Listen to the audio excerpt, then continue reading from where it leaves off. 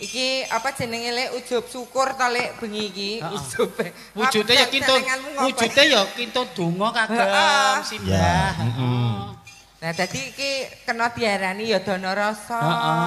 Dana driyah ning awujud hiburan. Ya umbul donga ya iso. Nyat pancen wong Jawa ki arep ngirim donga warna-warna carane, bakune muga-muga putra wayah iso neruske perjuangane Mbah Kakung. Amin. Dasare ngeten Mbak Inces, Mbak Mimin.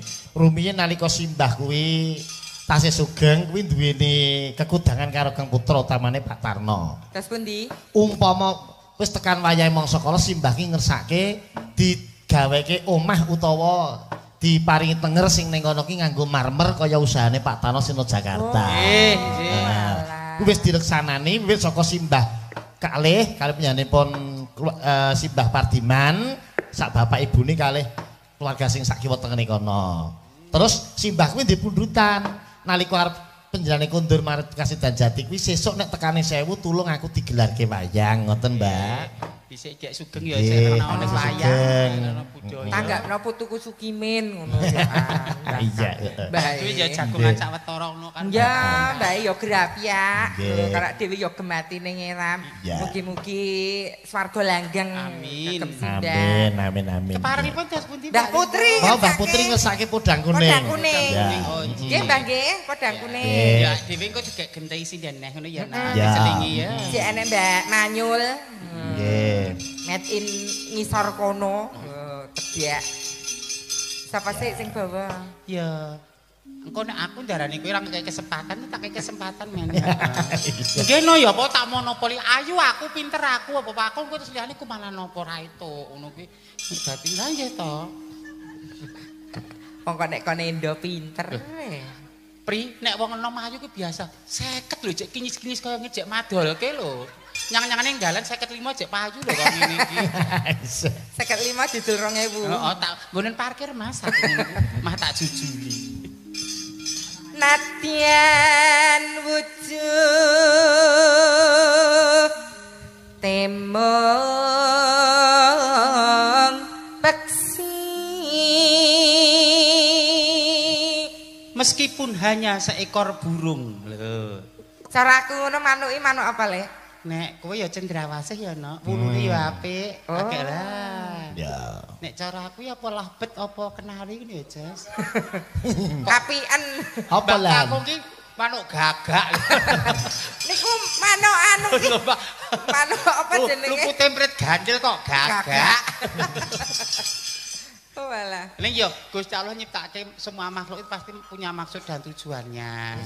Paribasan tanduran oh dienggo apa? Dienggo satu kewan. Oh nyiptake kae oh dienggo panguripan. Oh nyiptake kae dienggo. Jadi pasti cacing dienggo kesuburan tanah. Jadi jangan pernah merasa kamu kecil hati. Setiap yang bernyawa ku diciptake Gusti Allah kanggo kemakmuran lan kebecikan. Wah, elok tenan. Cacing dienggo pengurai tanah. Pengurai tanah ya iso. Wit-witan dienggo apa jenenge? Paribasan nggo mencegah erosi ya iso. Banjir, racak piturute. Kuwi nggo nyepaki nek garwane lagi halangan. Oh iya.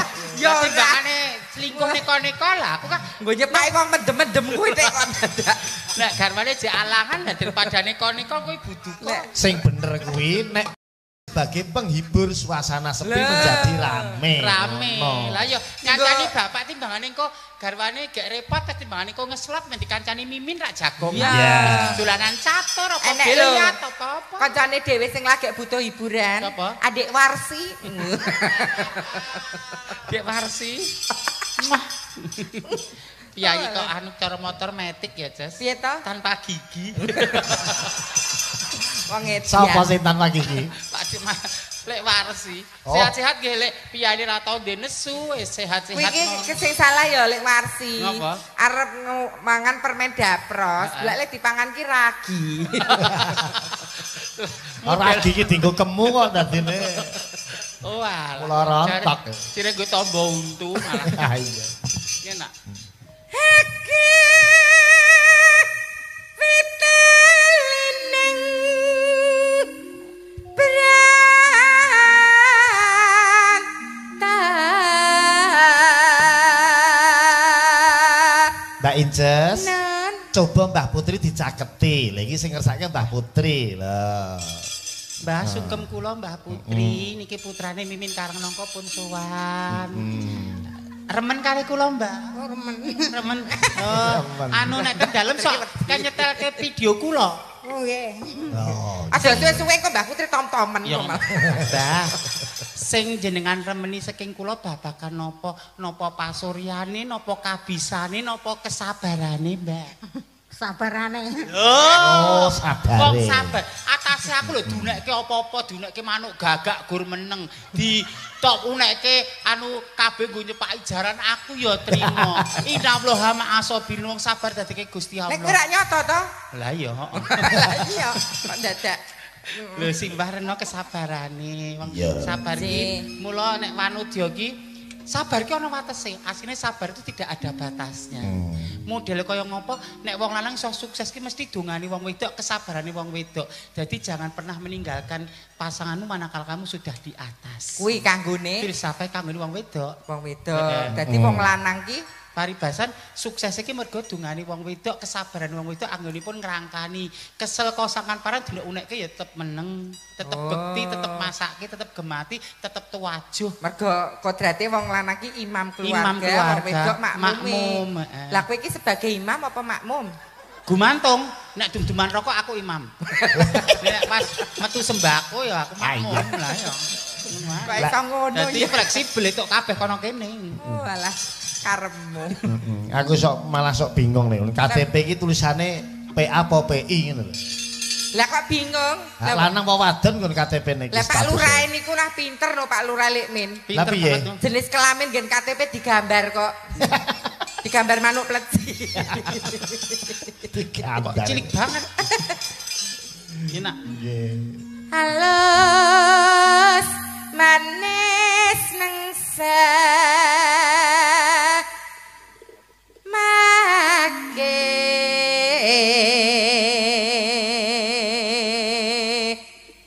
ayo Bu. Aku meneh sing bagian rekoso. Heeh. Oh. Angger sing napase landung kan kula niki kan telake cekak. Napase.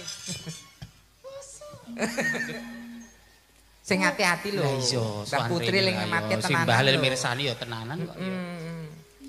Kayak iki di live streaming sak Indonesia. Lah iya lho. Dados sing Dan studio. sing dereng saged kepareng kondur apa puterne serak ngantuk terus kondur iso mirsani sekon dalem, iso diputer sesuk eneh. Iya.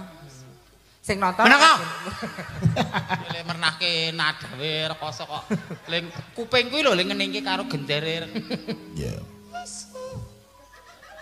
Ayo. Lho, Aja ngisik-isik iki. Wong iki nek ketrima agek ambil napase ibuke sering pengen agek njiko napas lho. Lho Wis do guyu ya. Wong kanca-kanca iler kula lho kena nggo tester minyak wangi. Saking wong ki lho. Nek ra Ibu percaya- dadi nggih tapi ibu dadi geni kok sak apa. Nek ora percaya jajalan melepuh.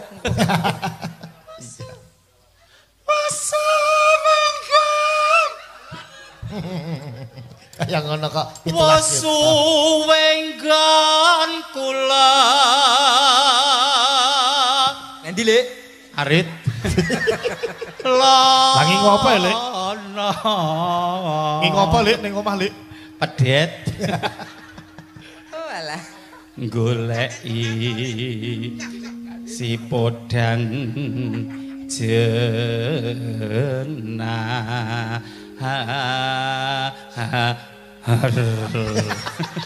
Cilik ora tekan, gede ya ora tekan. Cilek keduren ora tak. Gede gegede. Gede. Piye to? Ning anu, jane nek dari kasus-kasusku ini bisa dipetik kesimpulan. Simpulannya apa? Kadang ini aku sinen sok tuwa wis rayu ya ora payu. Aku mesti yang ini. Ternyata anggapan itu salah. Iya. Jadi Gusti Allah kuwi nek setiap yang bernyawa pasti mempunyai rezeki dan tidak bakal tertukar. Nek arep kowe mbunderi tanggal cacahe 30 nek durung dadi rezekimu ya ndelah ana sing batal, ana sing cancel, tas masuk angin. Kaya kowe kae. Kaya aku kae padahal sak Agustus wis mbunderi tanggal tapi ndelalah tanggale kok kosong ya sepi, ndelalah sok ana dadakan. Jadi jangan mbok wong tanggamu paribasa ora nyantet kowe men rezekimu kepusat, mbok dicegatono dipalangono wis dadi rezekimu kuwi bakal nang nggonamu. Jangan pernah takut. Menika Bapak Ibu ingkang dipun arani syariah Nggih ngaten iki. Ora ana kekuatan sing ngluwi kekuatane Gusti Allah. Didukunno pajupat 5 pancer nek Gusti Allah urung ijabah ya ora kasembadan. Nggih, Gus Sukimin. Aku ya mau ngelingke nggih ta Bu niku nggih saestu to dadi. Bener. Lek ku dodol kok sepi. Mesti digawe kae, mesti digawe aku ngerti. Kae mesti ngeling-eling nganggo kae nganggo lawaran kae mesti nganggo syarat. Mbok disaratono paribasa disebarono menyan ping 17. Nek Gusti Allah ora menghendaki ya ora dadi ngono lho Nduk. Dadi sok nek sing bersekutu dengan setan nek matine disabeti lompong ireng lho beri aku. Berarti aku iso disabeti lompong ireng. Ya iya. Lah aku bersekutu karo kowe iki. Aku di setan ndak. Ya tindakke nak. Tekan ndi ta? Podang pito iba ya iba. Ya. Iba bungenge tiku ngandeng pisah dadi tambah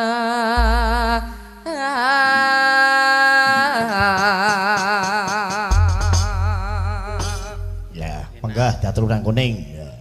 Isa amaning omah wis ora krasan keluyuran kang goleki sing tak sayang mubeng-mubeng mitrangganku goleki ora krasa esuk awan nganti wengi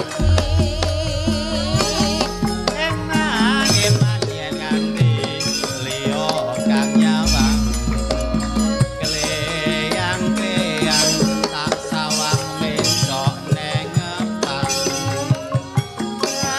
kancangan tak rindek sapa kadohan sarwi ngoceh dheweke ngalep pencokan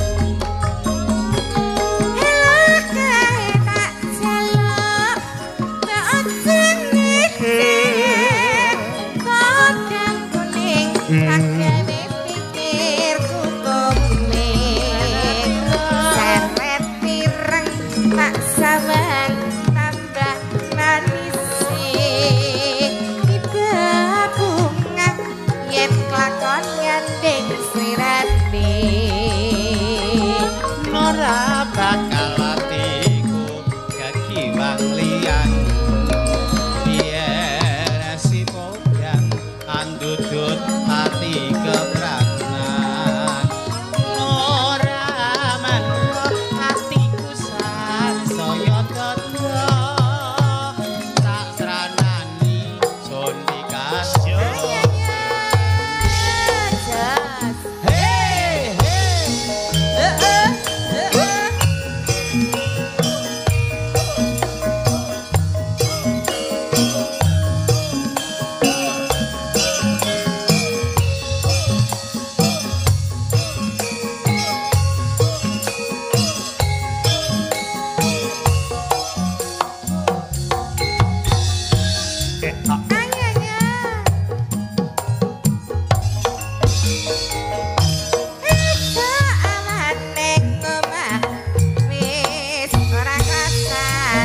Putri keluyuran sang goleki sing tak sayang mubeng-mubeng mitrangganku goleki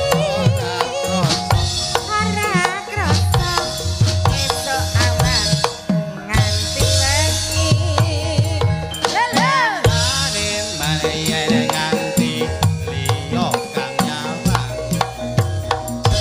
kleyang-kleyang tak sawang pentok neng ngepang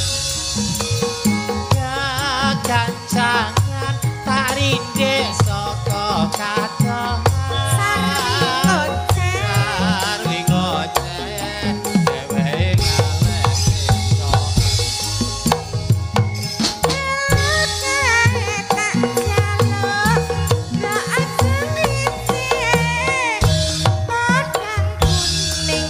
agawe pikir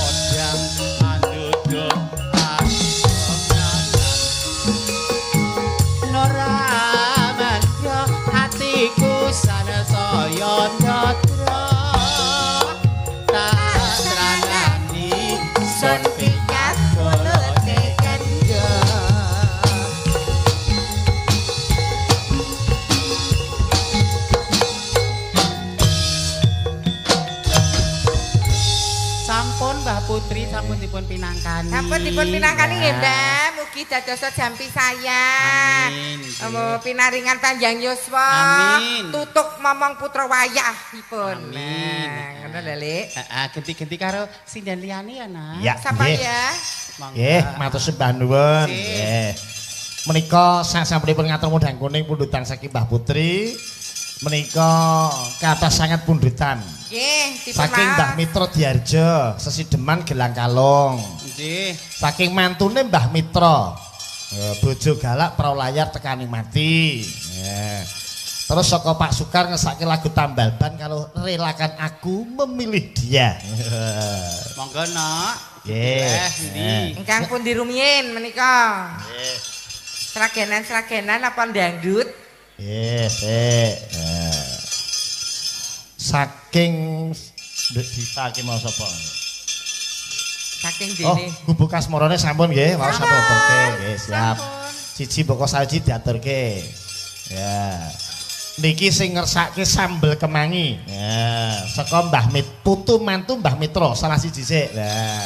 Mbak Manyul apa nduk cempluk? Nduk cempluk diaturi. Ya. Kene nduk Sambel ulan kemangi. cempluk. Ya. Mbak Manjul anu kena napa to Mbak kok anu sesuk jatuh tempo Mbak ora apa-apa aku ya jatuh tempo ya ora apa-apa sing penting awake dhewe iki ora apa-apa seniman ku wayahe ana rak ya ana aku Tegese jatuh tempo apa ngerti ra kowe? kirang pira mung jatuh Jatuh tempo nyaur utang. Mergane posone wingi pedhot seminggu ngono lho. Nggih, Pak. Mung jelek-jelek apa ya Mbak kok anu cahayane kok jatuh tempo jeng. Iya. Ya nak nang kene apa nak ya. Cempluk cempluk. Diaturke lagu sambel kemangi. Sambel kemangi monggo. Nggih. Rincang-rincang kali mosok. Nggih. Saking penjane anak putu mantu Mbah Mitra. Wah ya, engko terus tambal ban diaturke ya. Oke. Nggih. Semangat ya, Nak. Siap. Beres pokoke. Ya. Upama seliramu tekan dhuwur-dhuwur kono ya ora apa-apa. Iya. Engko baline terus gampang aku. Glundung. Nyatane ning dhuwur sing mirsani ya kuwatan sanget. Pakai tak melayu mriko nek wis tembange Ya. diaturke. Mangga. Mangga Ca, sambel kemangi diaturke dados.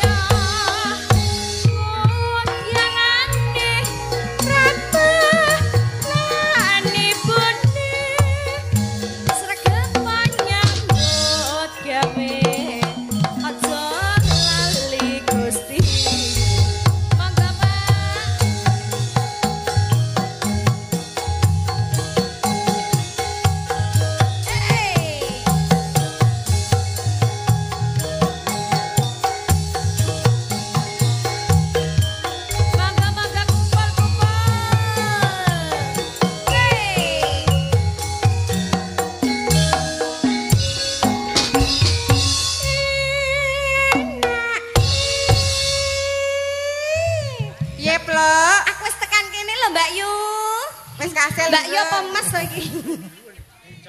Sinten? Om, nggih. Mbak Yuku Sukimin. Mbak Sukimin. Kan tidak mriki Mbak Yu. Ayo Rana. Penggemaran jenengan ten mriki kathah sanget lho. Badhe dikersake. Wah, wis ra apa-apa ta lek wong kulino munggah mudhun jurang. Lah iya, wong wis kulino berpetualang kok ya. Micil mlaku tekan parkiran. Nggih. Lho iki wis digawake sak gepok kabeh iki. Oke, Bos. Nggih. Ayo dibuka nih. Jangan asal catur sambele kamangi mangane bubar nyambut gawe. Makasih, Pak. Nadyan lawuh tempe ning sehat matur nuwun. Sagare ngombe banyu kandhi rakak nginting dhewe nadyanmu manggon ana desa nyatane ayem tentrem kumpul sakir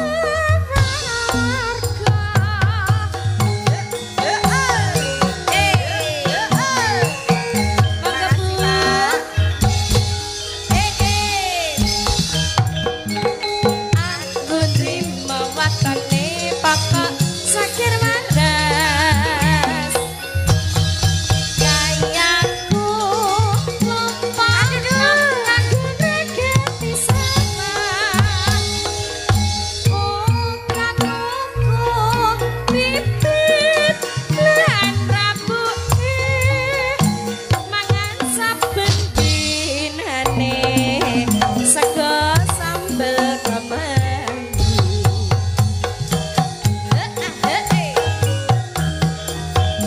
Pak Tarno. Ya ya. Enak apa urip ana ngalam donya. Yen wajah rakesa urip bisa mulya. Makasih, Pak.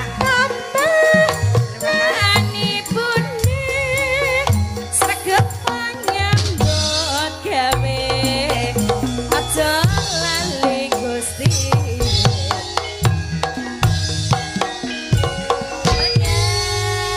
Terima kasih sembah nuwun.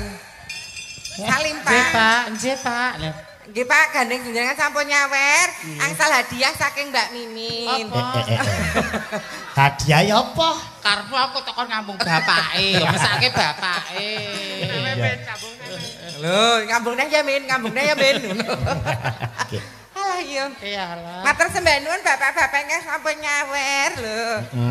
Wong ayu kok godane akeh banget ya, Jos. Kok teng mriku mawon malah. Kok nek adene kono sesuk meteng ra ya, Le? Lah iya aku iku ya nek ngono kuwi. Nek meteng apa bapakne dilotre ayo, Pri lah. Akeh banget ya. Alah iya. Nggih. Mbak Inces. Niki susandene Mbak Wulan mboten samunggah. Niki wonten saking lagu tambal ban saking Pak Sukar. Oh. Tambahi ngoten ditambahi Mbak Nggih. Pratiwi napa? Ditambahi kanca, ditambahi. Tambahi kanca. Nggih. Sapa nak di antara Mbak Prastiwi nduk Nepi karo Ya. nduk Ega. Yo Mbak Prastiwi mudeng. Nevi karo Ega sisan dadi men malah men gayang dadi. Ya, Gayang. Ya. Sinden saiki kok ayu-ayu kabeh ya Pri ora balik ki sinden saiki. Iya. Aku pemeton saiki. Iki lagu kondang-kondang ngetren-ngetrene. Ha iya. Ya. Nggih. Iki bokonge ya subaran padha aku ra ya Pri. Apa ya asli ya kimen papat ki. Yo asli. Nadyan isih akeh pundutan iku ya siji mboko sawiji men iso diaturke ya. Pripun Pak? Teng mriki napa teng mriku? Teng mriku. Berarti berderet ngoten to Pak? Berderet. Yo, mundur sing paling kana dhewe. Yo nduk kowe nggo pancingan kok nek bapak ngersake eksekusinya aku karo Apri ngono ya. Iku nggo pancingan tok. Nek ana sing arep nakal kok ben karo aku. Nyanyamikenya Mbak Prastiwi. Ya. Diaturke ya. Lagu sing lagi kaloko mongko kan lagu-lagu lawas, lagu tahun 70-an. Lah iya. Wis seneng kok. Oh iya. Nggih. Pundutan saged nggih Mak Sukar ngesang lagu Tambal Ban. Oh iya, diaturke monggo Cok. Bersama Karimo Sodo, bersama Pak Soreng musiknya Indonesia. Matur sembah nuwun sanget. Nggih. Niki saking muda-mudi kala wau muda-mudi Sumberjo ugi nyanipun Om Aris Om Sardi sak kanca. Nggih. Mbah Putri ngersake lagu Napa? Gelang kalung. Gelang Kalung. Oh, Gelang Kalung nggih. Nah. Nggih dipunaturaken sekalian. Nggih. Iki lagu baku Mbah Putri sing ngersake ya. Mbah Putri tumut joget lho niki wau lho. Estu ta? Estu lho saking remene kok. Nggih. Menika dasaripun ugi dipun sake kalian Pak Mitra Diarjo. Sesideman kalih Gelang Kalungipun. Nggih, jumbuh kalian swasana. Ya, Nggih. Monggo Gelang Kalung. Nggih, langsung diaturke Gelang Kalung. Ya, kanggo gemene wektu lan wanci. Ya. Nggih. Ya. Ya, Cok, diaturke Gelang Kalung. Dados.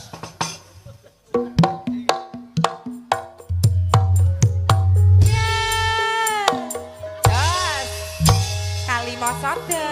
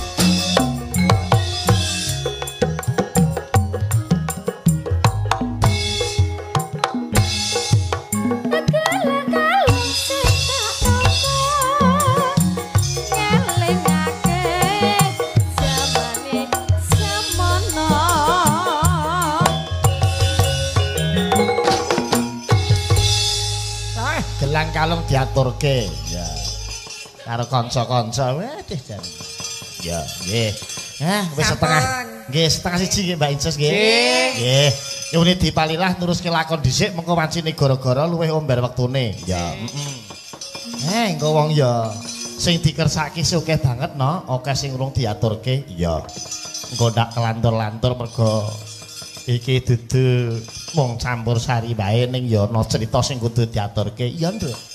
Ayo sowan Kanjeng Sinuwun sik ndak nampa duka ya Nak.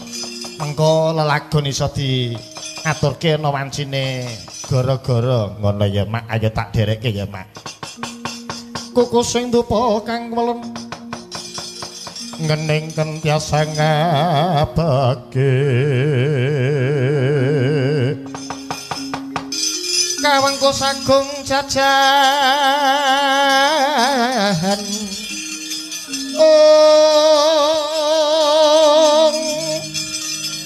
nanging sangetang iki sang reksi kaneka putra kang anjuk saking wiyen Adi